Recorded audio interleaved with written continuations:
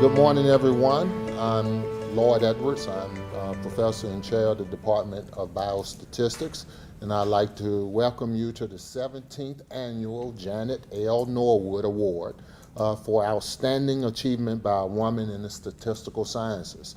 The first award was given out in 2002.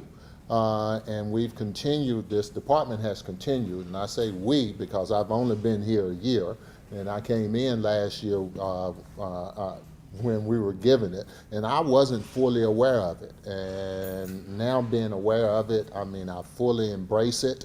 I understand why we do it, and enthusiastic about moving forward doing it. So this year we're glad to have our award winner, for which we're going to give you some background information as she come up, which will be later. Right now we have an order of things to do. David Redden is here. Hallelujah.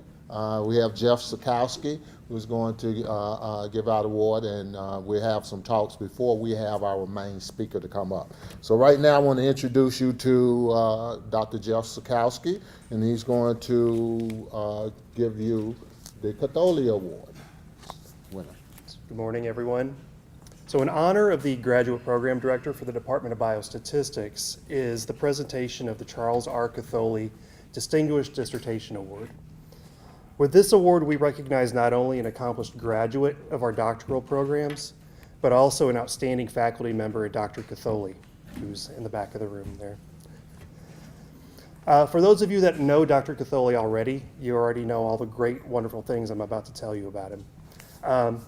For many years, Dr. Catholi has dedicated himself to excellence in teaching to generations of biostatisticians.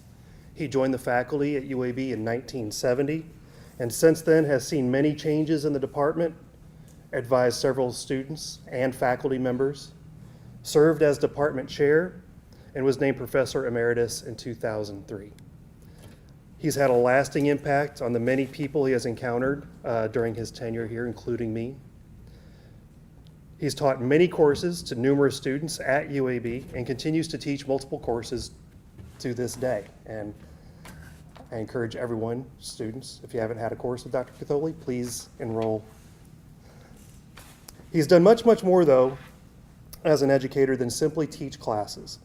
His dedication and accessibility to the students extends far beyond the classroom, and his dedication to the department has no end. We are extremely lucky that Dr. Catholi still spends as much time with us as he chooses to. So, and I'm also fortunate to call Chuck Catholi a friend, and I encourage everyone to stop by his office and get to know him if you have not already. He's great for conversation about anything professional, personal, the weather, politics. That's a lot of fun. It's always got great insight into personal and professional matters, and I'm truly honored to be presenting an award that honors such a great educator, mentor, and friend. This year's recipient of the Charles R. Catholi Distinguished Dissertation Award is Dr. Allison Falkowski, pictured here. Allison's dissertation research is truly remarkable and is a testament to the strength of our students, our academic program, and her advisor, Dr. Heymat Tewari, and her advising committee. Unfortunately, professional obligations have prevented Dr. Falkowski from flying back from Minnesota and joining us today. However, I would like to recognize her distinguished advisor, Dr. Heymat Tewari, and invite him to say a few words about Allison. Dr. Tewari? So there are very few times in your life you have a student who is so delightful to work with, and you don't need to work with it too much, or does not require any demands that, and she was highly dedicated, matured, and industrious. You name any quality the best student can have. Her dissertation, so the way her dissertation started was her interest was in pharmacogenomics of antipsychotic drugs. She wanted to see what those effects or what combination of those effects really is pertinent to the disease and how it becomes disease becomes better. And that was one of the thing, and she did work on, there is called KT study. And KT study, some of you may know, it was started as a randomized control trial, but genetic data is very sparse and not very good. It was not the aim to do the genetics. Any GWAS they had the chip they used was pretty pathetic, I should say. And so the data was not very good shape, and especially when you are, number of drugs you have, it's very difficult. So she started with this, and then her dissertation eventually changed to more theoretical aspect, because to simulate data to exactly like KT data set, you are running some kind of multiple regression. You need a lot of these different distributions which are dependent. You're not talking about just taking two distributions. And so she developed these programs. So in this process, she developed actually 3 software, 3R program. Not only she derived all the equations to get perfect match to the real data set called plasmodes. And then finally, she was not done. I still remember in January talking to her and saying, Alison, you're done. Anytime you want to graduate, you can graduate. She said, no, I haven't done it with pharmacogenomics yet. And so she actually used the simulation programs which she had developed to use it in pharmacogenomics, what are these, especially machine learning methods, which are very common now, becoming very common. For a small data set, how do they affect, and which one is the most optimal method? So I'm glad that she won, because she's probably most deserving student for her dissertation. Is like I consider it equivalent to 3 dissertations. The amount of work she did is unbelievable. And in 2 years of her dissertation, producing that much, I would have never expected. She did beyond my expectation. So, and she is now in Minnesota doing a postdoc in her dream job, kind of learning more about psychiatry. Ordinarily, we'd present her with her plaque and everything right now, but we'll have to mail it to her. Fortunately, I had a chance to interact with Allison, who was just a delightful young scholar to be. Look forward to her making big waves out in the real world and carrying that UAB stamp with her. I hope she took the little magnetic pen with her. Right there. Okay, next we have Dr. David Redden, who's professor and vice chair of the Department of Biostat here, who's going to give us a Norwood overview. So I think a reasonable question would be, why did we name the award after Janet L. Norwood? It's a reasonable question. I think most people would probably come back with the easy answer. Certain to give you minimum credit for that is that she was the first female commissioner of the U.S. Bureau of Labor Statistics, appointed in 1979 by President Jimmy Carter. But that's an understatement, a vast understatement. You might come back to me and say, well, she was president of the American Statistical Association in 1989 while she served as the director. That's still an understatement of the deep, deep footprints that she left on our society. The reason we named the award after Janet L. Norwood is threefold. First, she was a firm believer in collaboration and team science.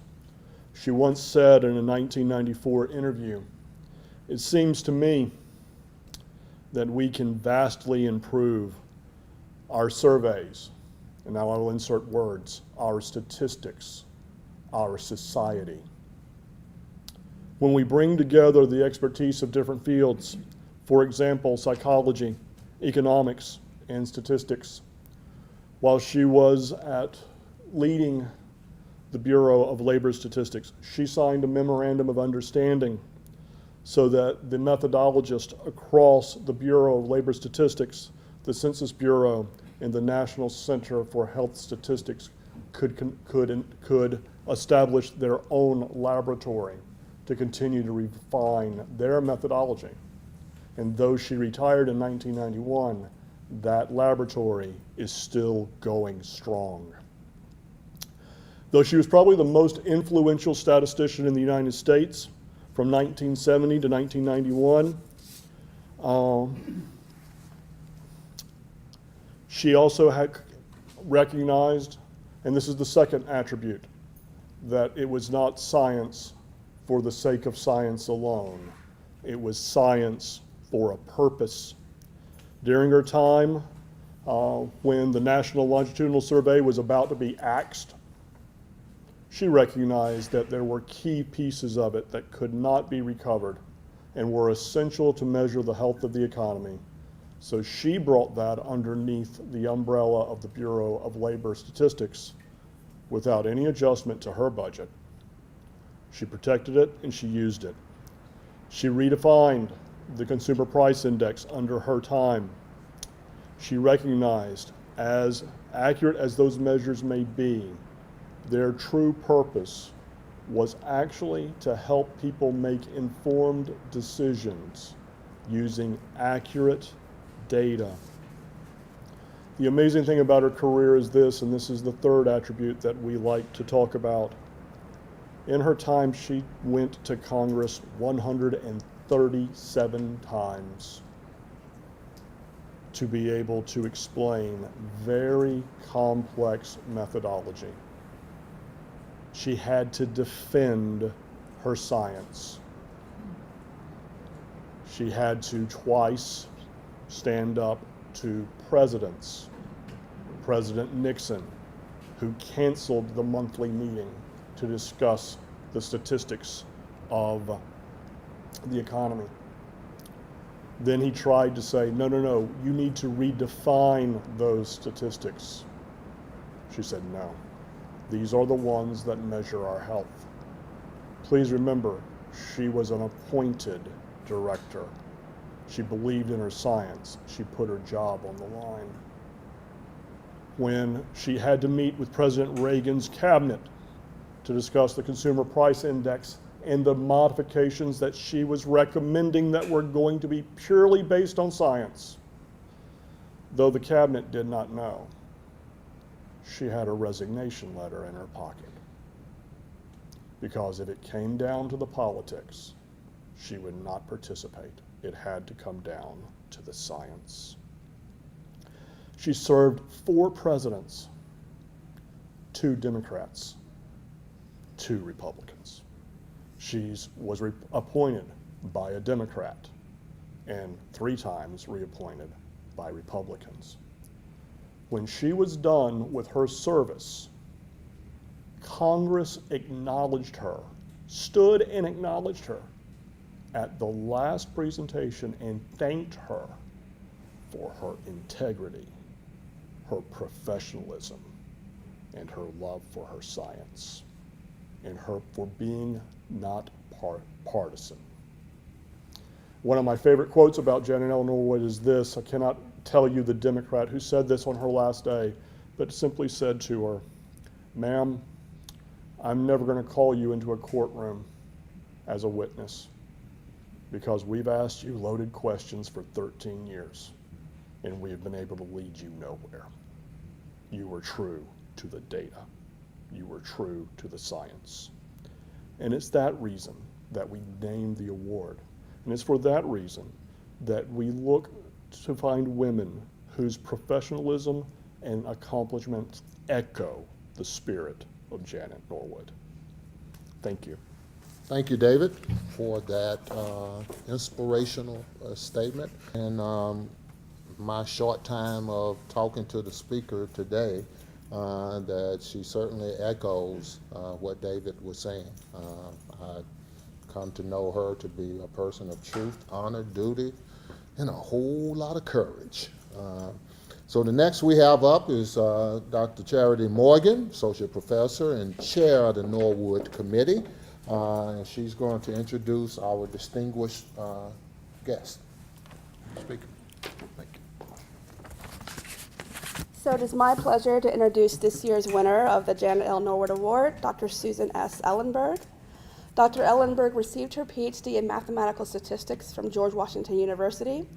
She's a professor of biostatistics at the University of Pennsylvania. Before joining the faculty at Penn, she had a long celebrated career in federal government. I'm going to highlight just a few of her accomplishments, but note that there are a lot more that I don't have time to talk about. She worked at the National Cancer Institute, where she was instrumental in developing adaptive clinical trials. From there, she joined the National Institute of Allergy and Infectious Disease, where she was the chief of the biostatistics branch of the newly created Division of AIDS. There, through her work with the AIDS Clinical Trials Group, she helped introduce the concept of open and closed DSMB meetings, which are still used today. She continued this work of determining the best practices and the ethical considerations for data safety monitoring boards when she moved to the FDA Center for Biologics Evaluation Research. This work on DSMBs was seminal, and it led to her co-authoring the text Data Monitoring Committees in Clinical Trials, A Practical Perspective, with Fleming and Demetz. This book was published in 2002 to outstanding reviews and was even named Wiley Europe's Statistics Book of the Year.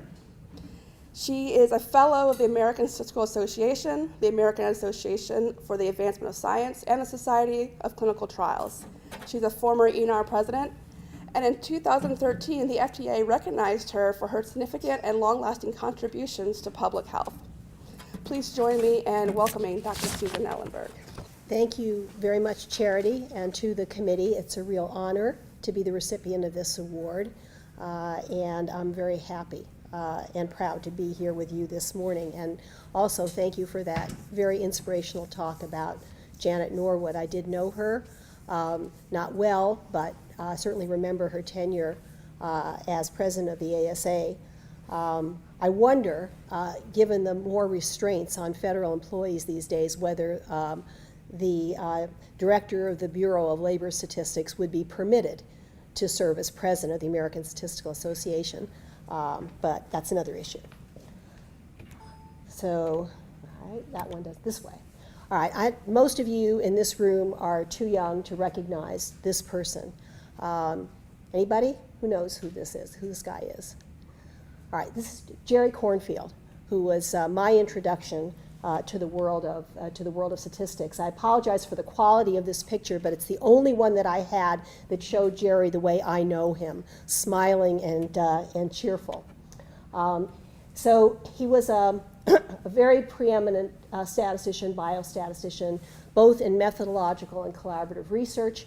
He was president of the ASA in 1974. He was also president of the American Epidemiological Society and vice president of the Council on Epidemiology of the American Heart Association. He was just as highly regarded in the medical fields as he was in the statistical fields. And when the FDA recognized that they needed to incorporate some statistical knowledge to their decisions on their advisory committees, they established a committee on biometry and epidemiology back, I think, in the early 1970s, and they asked Jerry to chair that committee. Back in the day, and even for, Jerry died in 1979 of pancreatic cancer, but for years after that, and certainly in the years before, you know, when a tough statistical issue came up, you would hear people say, well, what does Jerry think about it? Or Jerry always says. That was very common. Jerry always says, and everybody knew who Jerry was.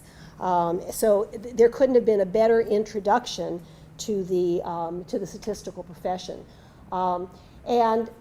So he introduced me as a very young, when I started working for him, I wasn't even thinking about becoming a statistician. I was doing some computer programming for him and for Janet Wittes, who was his research associate. Janet, I know, was a previous Norwood Award winner. And he brought us to executive committee meetings of various major clinical trials that he was involved with, really showed me early on that the statisticians were such an integral part of research efforts. And I was also inspired, I always remembered this, the presidential address given by Don Marquardt in 1986. And he was a statistician in industry. He was at DuPont. And he talked about the statistician as an entrepreneur, and that the statistician needs to be at the table, not somebody standing behind the people at the table whispering some numbers into people's ears, but being at the table, being an integral part of the discussion. So this totally meshed with my sense of what a statistician did from what I learned from Jerry Kornfield. And it never occurred to me to think of statisticians as support people or service people. And I still, every time I see support or service in some document, in some grant application, whatever, I try and cross it out and write, collaborator or something else, because that's not how I grew up in statistics. So I will say that it's sort of challenging when you take that attitude. Not everybody has this broad view of what a statistician can do. When I was at the FDA, one of the clinical reviewers once came to me and complained that one of the statisticians in my group had dared to suggest in a meeting about a proposed research design that a company was proposing, that design had some ethical problems.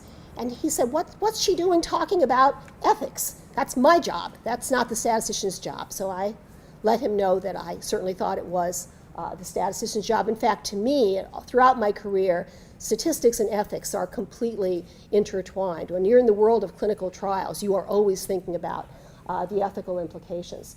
A famous leader in oncology research once referred to statisticians as the terrorists of clinical trials. I don't know if anybody here knows who that was. That was the famous or infamous, however you want to call it, Bernie Fisher, who led the incredibly important breast cancer clinical trials. Another clinical researcher that I knew used to refer to statisticians as the policemen of clinical trials. Always just their job was to tell people what they couldn't do. This is not allowed. You can't do this. You can't do that. So it can be challenging to work with people like that who think that your role is extremely narrow and the major decisions are being made by other people. That has not been my experience throughout my career. So what I learned early on from Kornfield and from others is that statisticians can be leaders. They can and should be full participants in the research enterprise, and that this training that statisticians get equip them to be creative in addressing challenges that people perhaps had not faced before. And I'm going to talk about that in terms of my experience in HIV/AIDS. So some of you here have worked in HIV. You may be familiar with this timeline. 1981 was the first time AIDS was actually recognized. Shortly after that, people were referring to something called GRID, gay-related immune deficiency. That was the first acronym that was actually used for HIV. And progress moved quickly. In 1984, the virus was identified. 1985, the first trials of AZT were being conducted.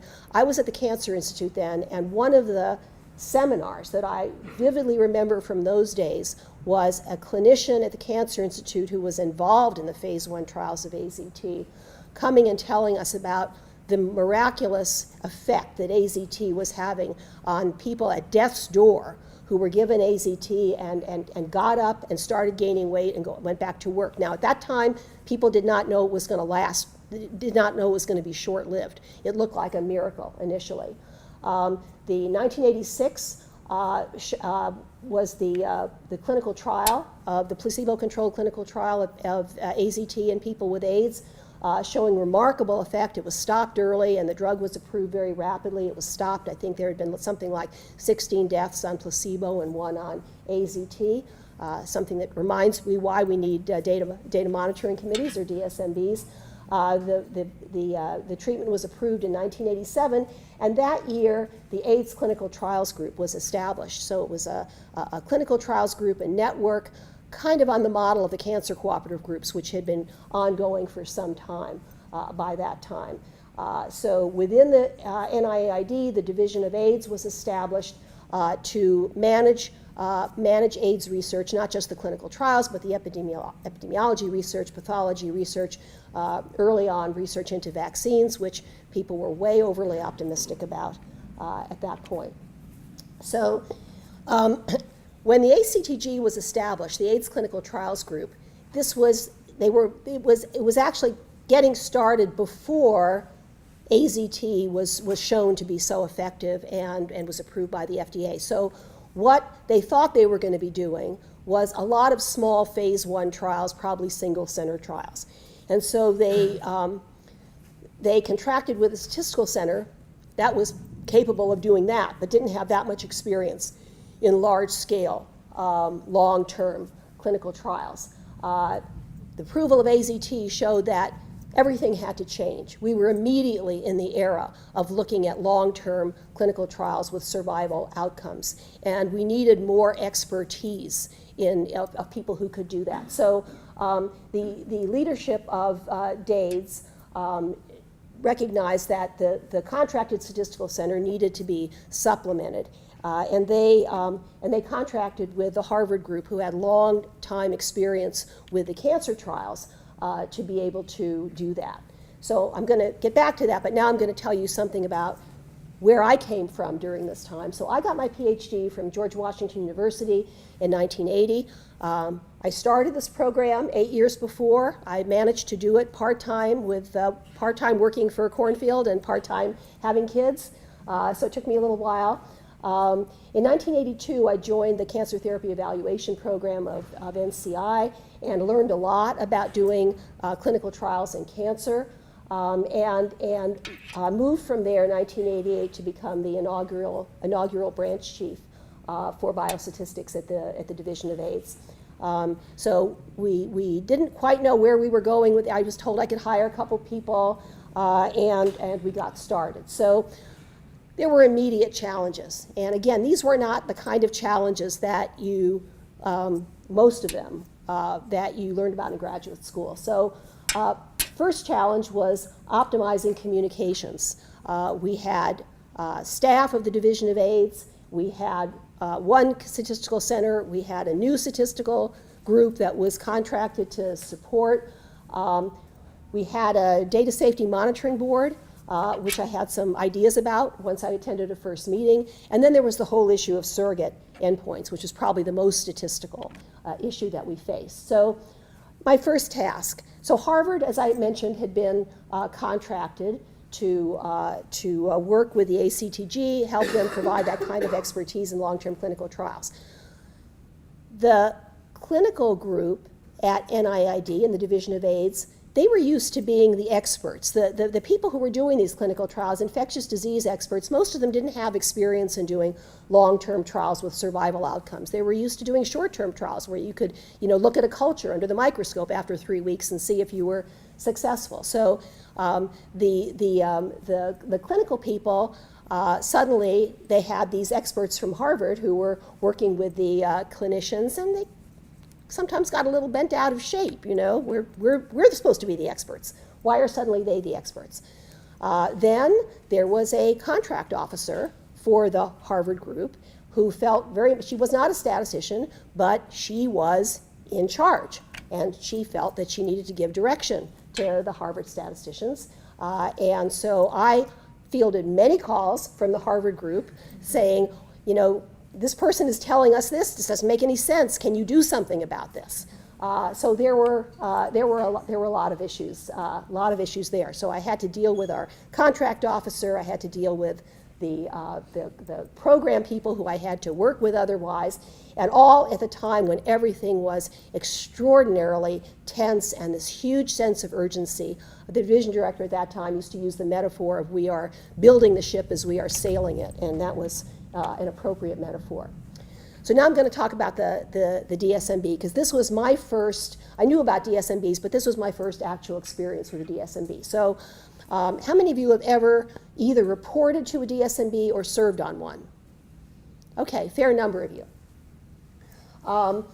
So I went to the first meeting, and who was there? Well, the DAIDS program officers were there. Anybody else from the division who was interested could be there, and people wandered in and out of the meetings.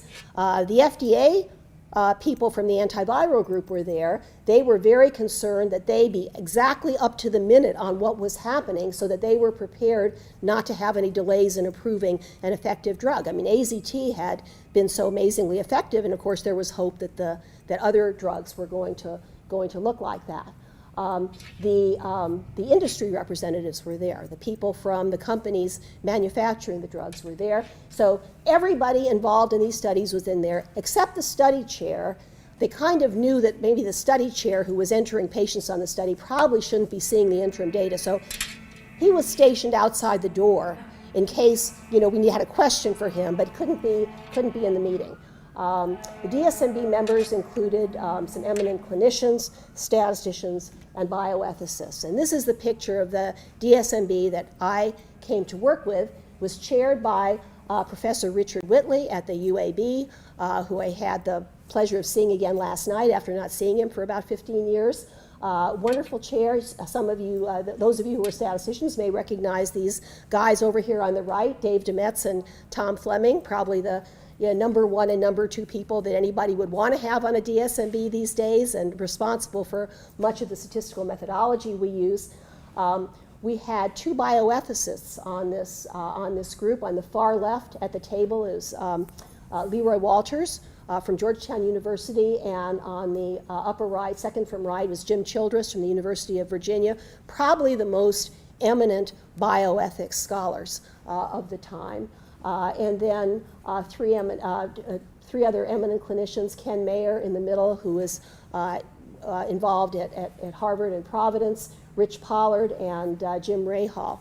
And this was, and I'm sorry, on the far right is Dan Hoth, who was director of the Division of AIDS, and a very young me is on the far left. This was the most amazing group and the most amazing meetings that you could possibly imagine. Our meetings were 4 times a year. Every 3 months, we met for 2.5 days. Nobody ever missed a meeting. It was the amount of time and effort people gave to this because of the recognition of how important it was. One line in the book that I ended up writing with Tom and Dave was that the ideal DSMB, if somebody was listening from behind the wall, which of course you're not supposed to do, but if you were, it might take you a minute or two to figure out who was the biostatistician, who was the clinician, who was the bioethicist. That's how this worked. So my first meeting, we were looking at some studies of AZT in earlier patients, people who were infected but not yet really sick. And we were also looking at a study of lower dose AZT in AIDS patients. The industry folks who were there were very proactive.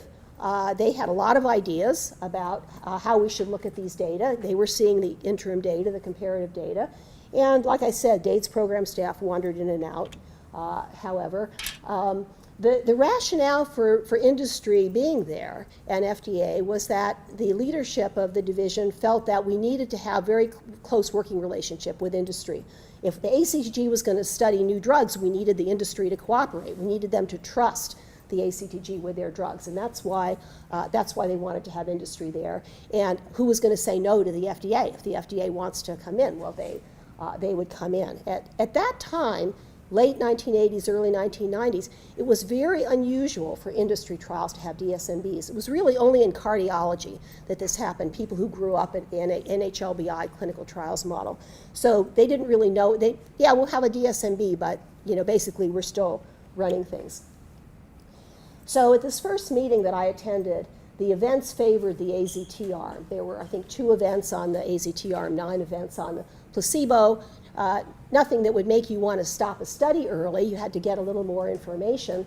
But the event rate was lower than had been anticipated, right? Always the case. Cornfield used to say, whatever the event rate that's predicted, divide it by about 4. You're gonna always see less. So we were discussing the need to enlarge this trial so that we would have power, but industry wanted nothing to do with that. They saw that they had this huge effect at the beginning.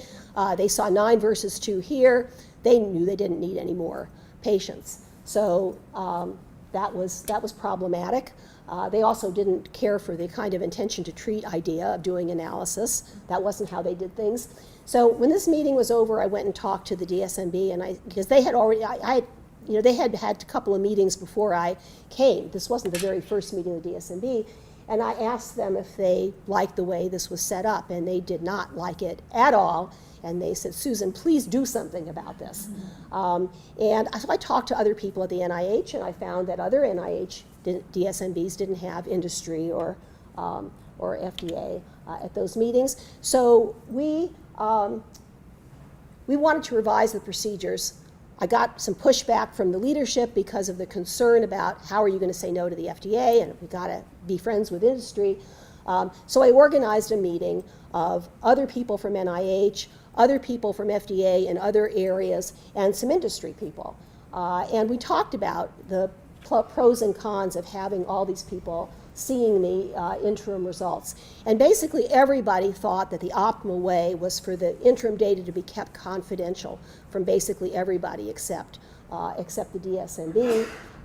In fact, the other company who was not involved with the studies that we were looking at, had done some cardiology studies. They were perfectly comfortable with it. Other parts of the FDA were perfectly comfortable. If they say we don't go to the, see the interim data DSA meetings, it's kind of a conflict for us. So I think when our leadership heard that, they said, okay, you can revise the procedure. So we created this new model where we recognized that we still needed to have good communication with FDA and with industry.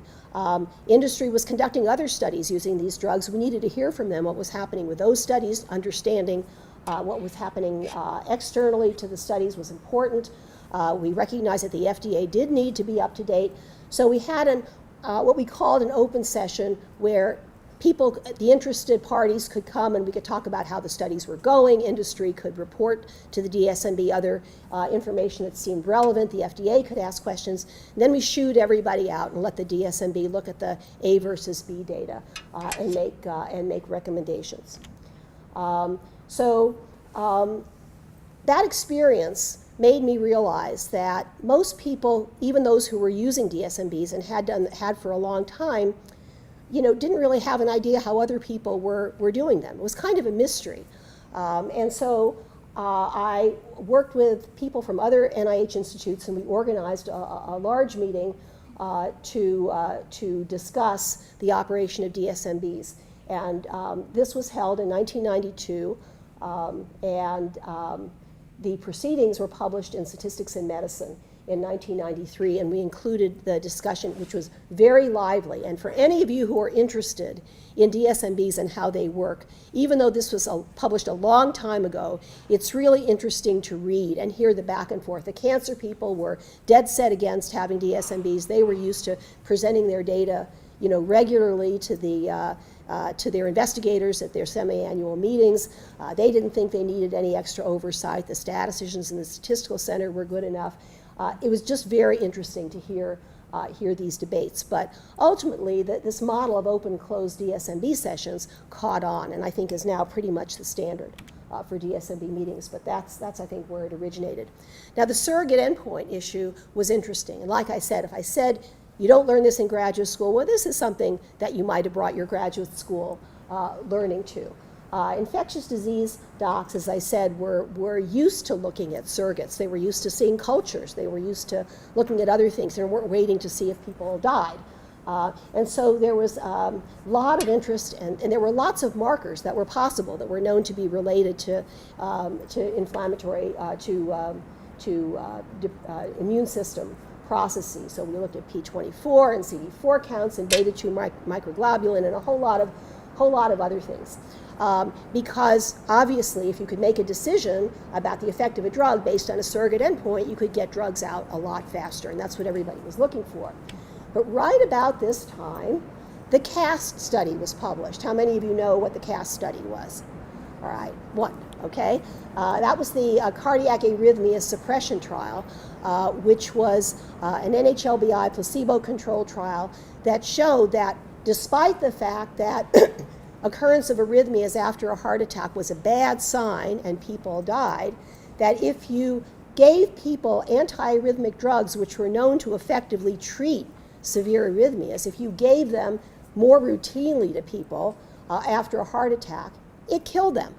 This was a trial that was stopped early, very shortly after it started, because the death rate of the people who got the antiarrhythmic drugs was 3 times the death rate of the people who got placebo. So on the one hand, you had the AIDS community desperate to use surrogate endpoint. On the other hand, much of the rest of the clinical community and the statistical community was developing grave skepticism about the use of surrogate endpoints. So this was very, very interesting, and it was a very difficult balance, fast versus right, or surety. So our division director, Dr. Hoth, whose picture I showed you, called me into his office one day, and he said, we got to solve the surrogate endpoint problem. He says, we just have to solve it. He said, now I want you and your staff to just maybe spend 15% of your time over the next few months and figure out how we can know when a surrogate is usable. So I said, well, we'll try. And we did look at it, along with all the other statisticians working in AIDS and a lot of other people. In 1989, I think it was, Ross Prentice actually proposed a nice set of criteria for validating a surrogate endpoint. And it was very sensible, but over the years it became clear that it was just too stringent. You were never going to have anything that was actually going to meet those criteria. A lot of people have worked on modified versions. Ultimately, I think today we do not have a rule about how to validate a surrogate endpoint. It's got to be some combination of the statistical assessment with biological plausibility along with clinical judgment. So that was a statistical assignment that was a little unrealistic. But perhaps the biggest challenge at this time was dealing with the patient advocates. And again, many of you are too young to remember these, but ACT UP was a huge, huge force. And they were everywhere. They were violent. They were protesting. This was a protest at the NIH, dying on AZT, poison from AZT. A lot of the AIDS activists thought AZT was a poison. Another demonstration, very angry. Silence equals death. They were not going to be silent. Picture of Reagan, who was president at the time and who did not want to even talk about AIDS early on. He kills me. And then, of course, this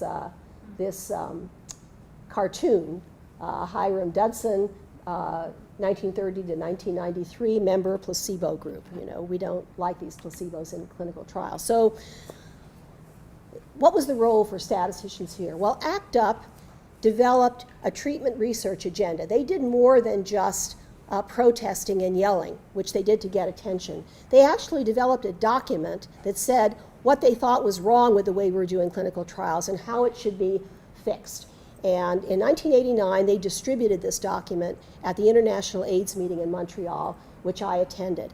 And I got this document. They were kind of scary looking, I got to tell you, for me. They were these guys in muscle shirts with spiky hair, dyed all different colors, and very angry. And I got to tell you, I was not brave enough to go back and talk to them after I had looked at this document, but the document was very interesting because it was not crazy. Most of the things that were in there were entirely sensible. It made me think, whoa, we're not doing it this way? Why aren't we doing it this way? So when I came back, we had already established a little group of statisticians meeting every few months to talk about issues in AIDS research, and I circulated this document to them and for our next meeting to have a discussion. This is what the document looked like, and the scribbling down there are the names of some of the people who were involved, whose names I got later.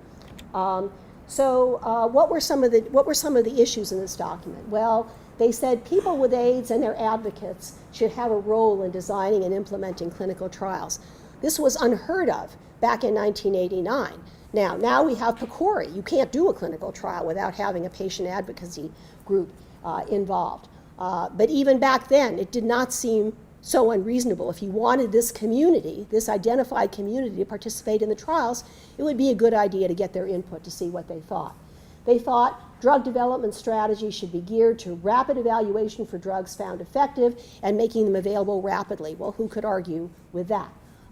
There needed to be a focus on drugs to treat and prevent opportunistic infections, not just antiretroviral drugs. At that time, the people doing the research were more interested in the antiretroviral drugs. They were hoping they could actually cure AIDS by getting rid of the virus. And if they got rid of the virus, then you wouldn't have to worry about pneumocystis and cryptococcal meningitis and all the other terrible opportunistic infections that were actually killing AIDS patients. The AIDS community wanted good treatments for these opportunistic infections. They wanted to end the exclusion of women, drug users, hemophiliacs, and children from drug trials. There were no drugs except AZT. The only way you could get a drug if you were sick was to be on a clinical trial. So it seemed we're protecting women, for example, from possibly, if they got pregnant, something bad happening to their baby when they were dying of this disease. You were denying them a chance to get the treatment.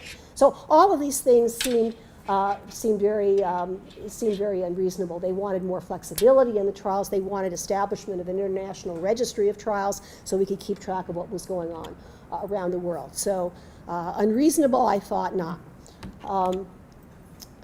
Some of the issues required some more discussion. They said no placebos ever. It was pretty clear that some of the kinds of trials were going to need placebos. If you were going to do a prevention trial, for example, giving people something to prevent pneumocystis pneumonia from occurring, giving them a lower dose of some kind of an antibiotic treatment, you weren't going to know whether it was going to work unless there was a placebo arm. Reasonable efficacy criteria, they wanted reasonable. Well, okay, what's reasonable? Let's have a discussion. So on the whole, this was not what I was expecting from this group, that from what I was looking at looked kind of crazy. How many of you saw the movie The Dallas Buyers Club? All right, so that's what I imagined these guys were about. That's not what they were about, just getting drugs and getting access to them. They wanted good science, it turned out. The AIDS researchers at that time believed that the AIDS activists were like the Dallas Buyers Club people. They just wanted to get access to the experimental drugs, and they were very fearful that the involvement of the activists was going to totally undermine the strong science of the programs that they were doing, that they were the enemy of good research. Don't let them in. Don't let them participate. Don't give them a seat at the table. So the statisticians started to meet regularly with the AIDS activists. I should say that at the first meeting that we had to discuss this document, 2 days before the meeting, I got a call from someone from ACT UP. How they found out we were meeting about this, I don't know, but they said, you're going to talk about our document, we need to be there. So a couple of them came to the meeting. They were very productive, they were very interested. They tried to act, kind of fierce, but it was clear that what they were really interested in was the science. And so we held these meetings regularly every 3 months, and at each meeting, more people came. Some of the clinical people from the AIDS group started coming, more people from the FDA started to come, even some of the clinicians, maybe the ones, more forward-thinking ones, started coming to the meetings. Pretty soon we'd have 100 people at these meetings, and I would invite statisticians who were working on issues that I thought were relevant. Nobody ever said no. We had Brad Efron come to talk at this group. We had Jim Fries, who was running a big observational database in rheumatology, come to talk to this group about what you could learn from registries. These were exceedingly productive meetings where it was just clear that the ACT UP people were just really just absorbing this. They wanted to learn about how to do trials better, and so these discussions continued for a long time.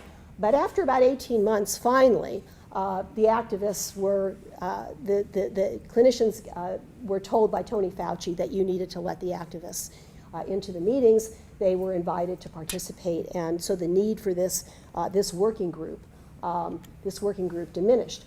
Now, one of the things this working group did, because of the debate about when you needed controls, and in particular placebo controls, we worked on a set of criteria for when an uncontrolled trial would be justifiable. And these were the criteria that were developed. This group was led by David Beyer, who was a great statistician at the NCI, who became very involved with AIDS research, although he stayed at the FDA, at the NCI. And he died of AIDS very sadly in 1991, but he was an incredible contributor to this group. So these were the criteria that we put forward in an article that appeared in the New England Journal like I said, I didn't put the year up there, but it was, 1992. That there would be no treatment to serve as the appropriate control, that there was sufficient experience to show that untreated patients have a uniformly poor prognosis, that therapy was not expected to have substantial side effects that could compromise the potential benefit, because if you didn't have a control group, you really wouldn't be able to compare side effects, that there was a justifiable expectation, maybe based on phase 1 work, maybe even based on animal studies, of a sufficiently large benefit that people would believe the results, and that there was a strong scientific rationale for the treatment to support wide acceptance of the positive findings. So keep those in mind, because this is going to come up when I move to Ebola. These are some papers that we published at the time. We had, again, a lot of controversies, a lot of pushback, still a lot of people, not just the AIDS clinicians, but statisticians in the community who were worried that we were giving away the store. Flexibility was important. That was one of the things in the document. Here's an example about flexibility and inflexibility. So the National Institute of Mental Health wanted to mount a study of peptide T, which is a drug developed by NIMH scientists. And this was a drug that a certain group of AIDS activists, particularly the ones centered in Provincetown, were very interested in. And NIMH proposed a pretty standard add-on design where, at that time, AZT was the only approved antiviral. Everybody would get AZT, and then people would be randomized between peptide T and placebo.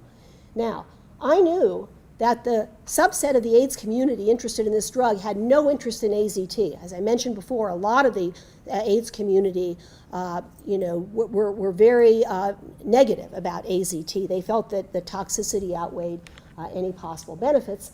So I suggested to the NIMH leadership that we should do a stratified design, and people should be encouraged to take AZT, but if they didn't want to, they could just be randomized between peptide T and placebo, and everybody else would be AZT alone versus AZT plus placebo. NIMH was very negative. They said, no, that would be unethical. Everybody has to get AZT.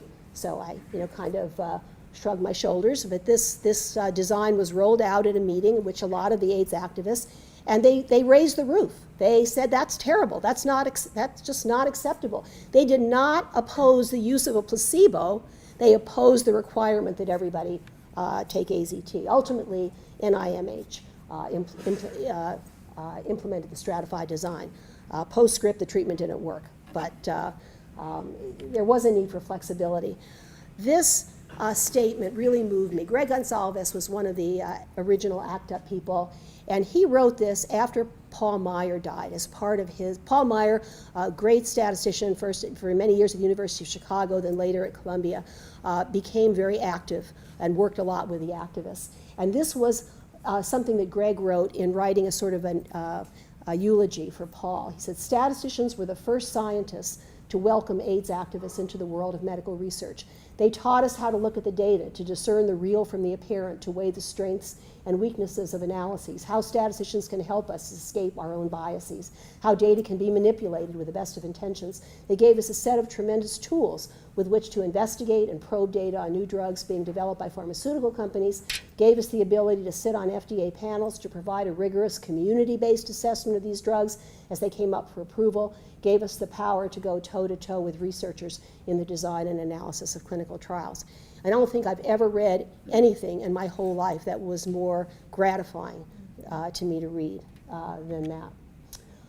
Those of you who are interested in learning a little bit more about what went on during this time, David France, who was I didn't know him at the time, but he was observing, made a wonderful documentary called How to Survive a Plague, which came out in 2002, was one of 5 documentaries nominated for an Oscar that year. Didn't win, but it's still a great movie, and I think you can see it. You can see it streaming. He also a book came out last year based on this work. So now I want to move a little bit to what happened in Ebola and relate it to the AIDS issue. So the Ebola outbreak in West Africa, 2014 and 2015, had some similarities to the early days of AIDS, but a lot of important differences. So it was a fatal disease with no known treatments, huge urgency worldwide to improve therapy, and resistance to controlled trials and use of placebo.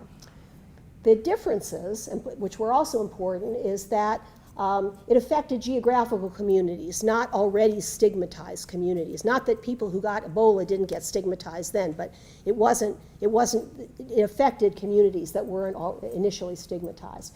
The health facilities in affected areas were very, very limited. They didn't have the ability to do even the most simple things. Now, of course, people who had AIDS back in the early 1980s often also had trouble. A lot of hospitals didn't want to even admit them. But it was a different situation. This was more rapidly fatal. Once you were diagnosed with Ebola, you were immediately symptomatic and deaths occurred quickly.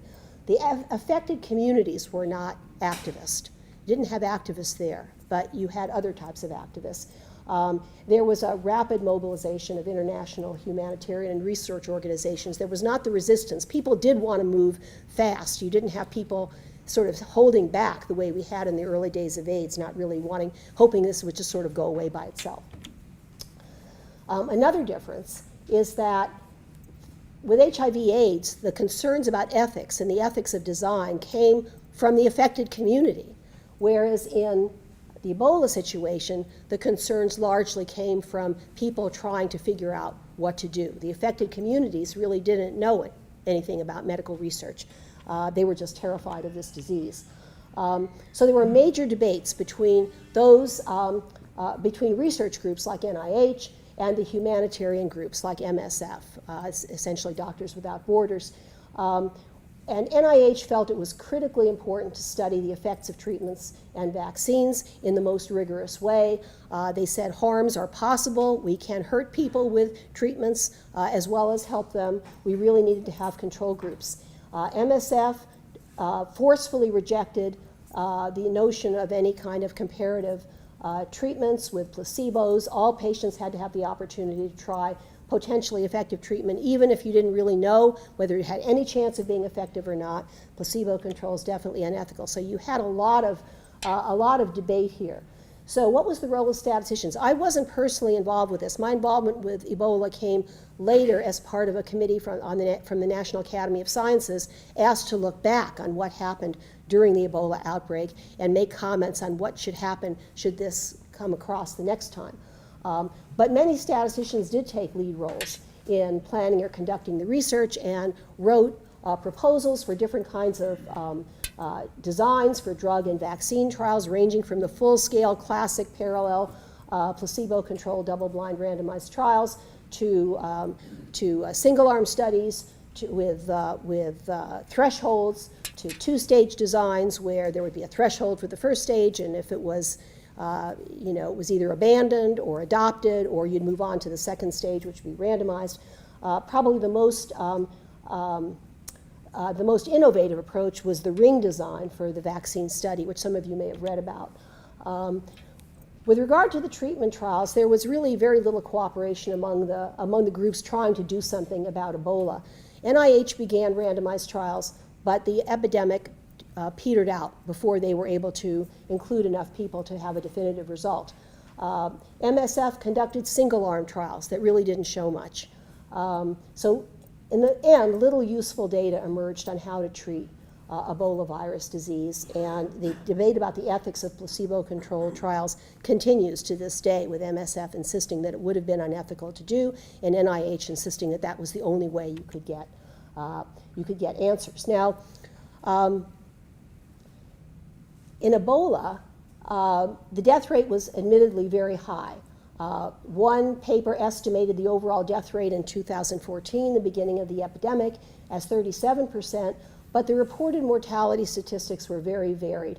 Another paper from a different country reported on 106 patients with an overall mortality of 74%, but much higher mortality in older people than in younger people. A paper in 2015, a little bit later in the epidemic, reported on almost 600 patients in Sierra Leone. The overall mortality had gone down to 31%. The mortality over time, as they reported, decreased from 48% to 23% just in the last few months of 2014. So what happened? How did that happen? Well, eventually, finally, people were able to bring some of the basic treatments into these areas with the epidemic, and they were able to provide fluid replacement and electrolyte therapy, which greatly reduced the mortality. Furthermore, people got more experience in managing these patients, and they were able to start treatments more quickly. Noting that there was a great mortality by age, certainly would have complicated historical comparisons just as much as the changing mortality rate would have affected them. Seemed pretty clear that with this kind of variability, a historically controlled trial could really not have yielded any kind of persuasive results unless the treatment effect was just huge, like basically everybody was immediately cured, something that you had never seen. So it was clear that those infected, if the mortality rate was 30%, not 100%, people did have something to lose. If you had a treatment that was toxic to the people who were already very sick from this disease, could have made things worse. So let's go back to those Bayer criteria and see how they would have applied in the Ebola situation. No treatment to serve as the appropriate control. Well, that's true. There was no treatment to serve as an appropriate control. Sufficient experience to show that untreated patients have a uniformly poor prognosis. No, they did not have a uniformly poor prognosis. Most of them actually survived. Therapy was not expected to have substantial side effects that could compromise potential benefit. I'll give that to them. We didn't really have enough information to know what the side effects would be, but okay, let's say that was true. Justifiable expectation of a sufficiently large benefit to make the results interpretable? Absolutely not. Nobody knew anything. There was some biological rationale for these drugs. They were sitting on the shelf, might as well try them out. There was no reason to expect that they were going to be hugely effective. And finally, was there a strong scientific rationale for the treatment that would support wide acceptance of positive findings? There was not. The only way that this would have led to wide acceptance of positive findings is if you had a huge effect and basically everybody was cured. This is just a table showing the results of the treatment trials. Most of them were single-arm studies, and they were all inconclusive. The NIH study was supposed to have a couple of hundred patients. It stopped after 72 because the epidemic had worn down. There was a definite trend toward benefit with ZMapp, which is what they were looking at, but it was not significant. The numbers were not big enough. Vaccine trials posed a different issue. There was less concern about randomization with vaccine trials because the people weren't sick. This is always the way it is with prevention trials. People are not sick, they're not as hysterical, or people are not as hysterical about giving them something right away. There were several randomized trials initiated. Again, NIH did their classic individually randomized trials. There were some unblinded individually randomized trials with a delayed vaccination as a control. But the ring design was the most interesting. This was a cluster randomized trial with a cluster defined by a case. So once there was a case, a cluster was identified around that case, and it consisted of all the contacts and the contacts of that case. So the clusters were not predefined. You added clusters as soon as people became aware of cases, and when a cluster was defined, it was randomized to either everybody got the vaccine right away or they got the vaccine after 21 days. They felt that that was long enough to see whether there was going to be any kind of an effect. There are more details about this trial that you can look up if you're interested. Now, this was designed and led by Ira Longini, a statistician who's long been involved in modeling issues and vaccine issues, now at University of Florida. And this ring design was based on the approach that was used to eradicate polio back in the latter part of the 20th century. It was very clever, very efficient, because you were testing in the very group of people who were at the highest risk of getting the disease. And so even though the outbreak was waning at the time that this was initiated, there were sure to be new cases among those with close contact with the documented cases. They ended up identifying 98 clusters which were randomly assigned to vaccine or observation for the 21 days. Now, it's interesting to look at this plot. You don't have to, this shows when different things happened, but all those rectangles on the side, those are where trials got started, at the very, very end, the very tail end of the epidemic. And so none of those trials, except the Ring trial, produced any kind of results, because the trials that just were randomizing people, they didn't have any cases, so they couldn't draw any conclusions about the results. So it was the Ring trial was the only trial to report efficacy. The primary analysis estimated vaccine efficacy in the usual way. Any of you involved with vaccine trials? Okay, so the standard way to estimate vaccine efficacy is just the number of 1 minus the number of cases in vaccinated over the number of cases in unvaccinated. That works pretty well when we're doing vaccine trials in this country where you have almost no dropout. And so you don't worry too much about the people who were supposed to have gotten vaccinated who didn't, and whether they were different, because the compliance is pretty high. By the way, so this trial was stopped early by its DSMB because they saw many cases. It's, I think, 16 cases in the delayed clusters and no cases in those immediately vaccinated. Our committee, our NAS committee, was concerned about some problems with this trial. I shouldn't say, I think this trial was done about the best as it could have been done under the circumstances, but it turned out that about a third of those in the immediate clusters were actually not vaccinated. They never got vaccinated. And when you use the standard estimate of vaccine efficacy, those people were thrown out. If you include those people, which in an intention to treat analysis you would, you got 7 versus 16. You know, still very suggestive, but not statistically significant. Was it correct to throw those out? You know, it's you know, people will argue both ways. Our committee was not so sure that that was the optimal primary analysis.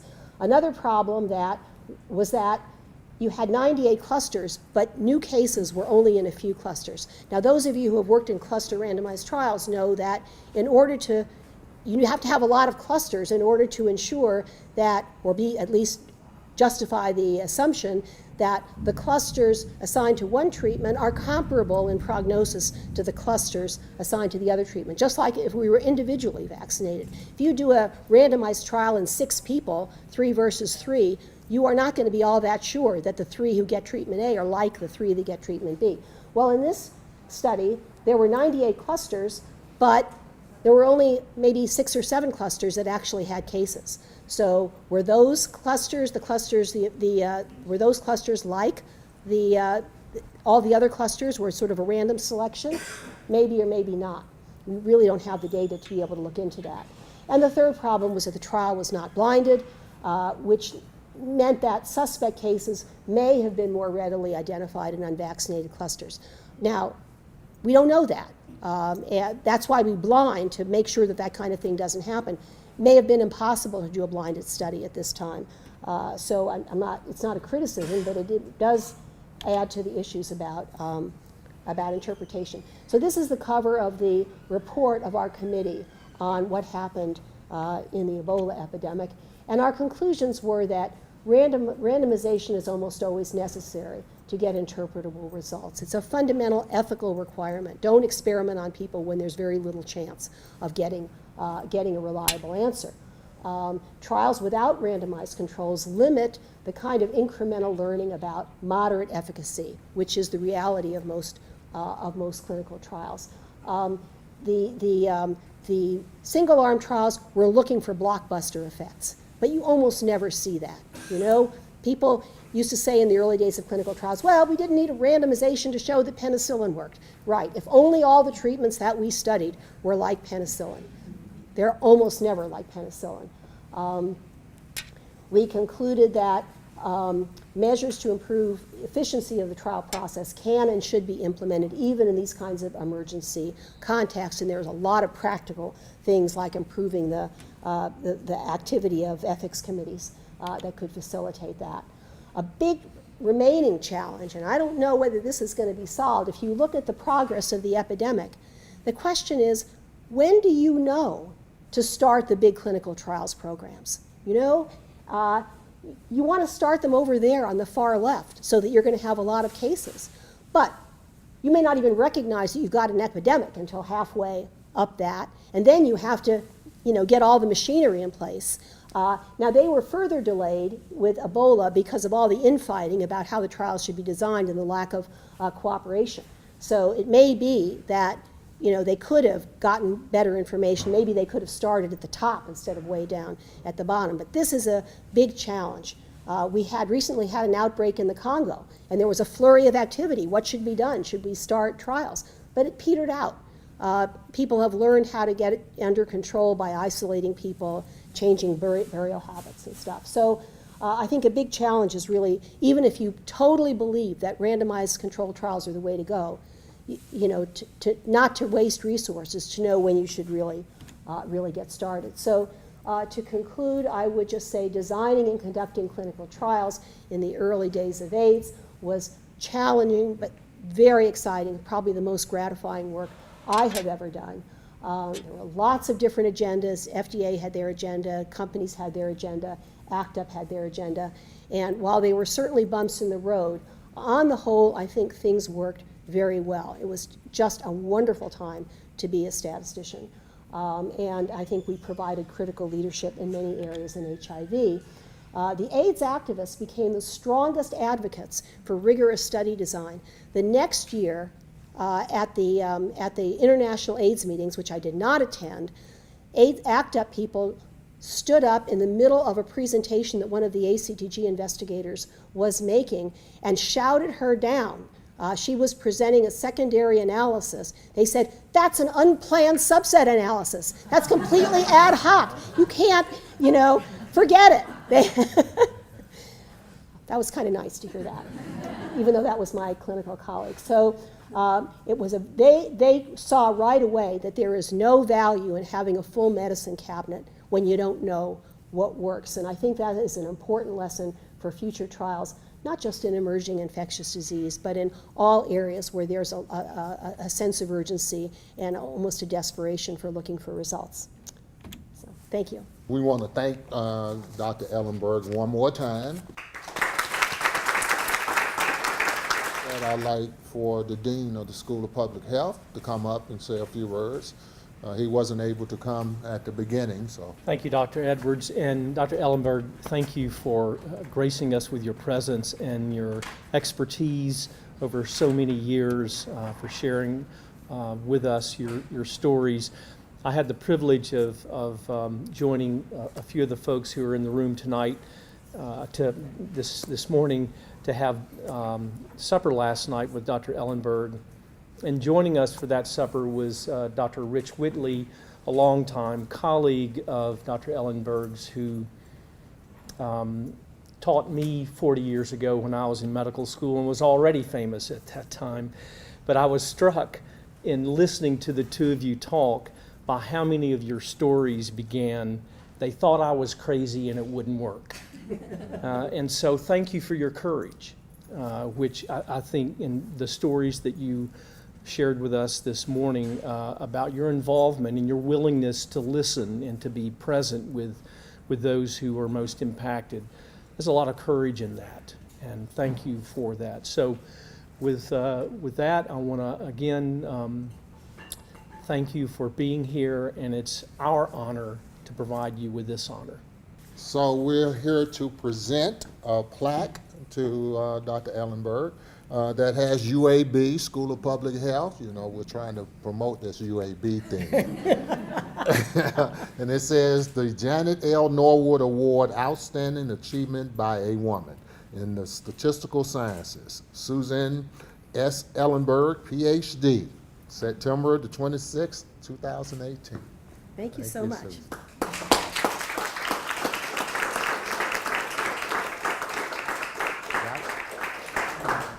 Okay. And we have, I almost forgot this. No, we have a token of our appreciation for what you, for coming here. I won't say what it is. That's her business. But thank you so much. Thank you so much. Thank you.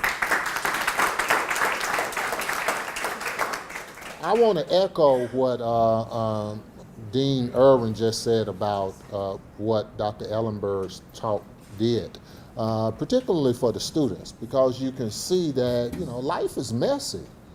It's not about the strict training that we provide you.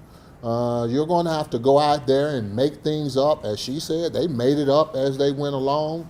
As the courage that you showed in those situations, you know, I could go in there unfearful, but you know, you're not the biggest person going in there. You know, there had to be a little fear going on, but you stayed yourself. You helped move things forward, and that's what we would be looking out at in your training. At some point, all of you bring your background to the table, no matter what the training is. We communicate mathematical and statistical ideas to non-mathematical people, and that's difficult to do. As Dr. Ellenberg said, you know, she did not have the original background of applications. She had theoretical training. Applications take practice. Applications take time. It's an experience thing, and it can be a roller coaster. But, you know, roller coasters are pretty nice. So once again, we want to thank Dr. Ellenberg for being our honored recipient, and we look forward to being attached to her for years and years and years. Thank you again for coming.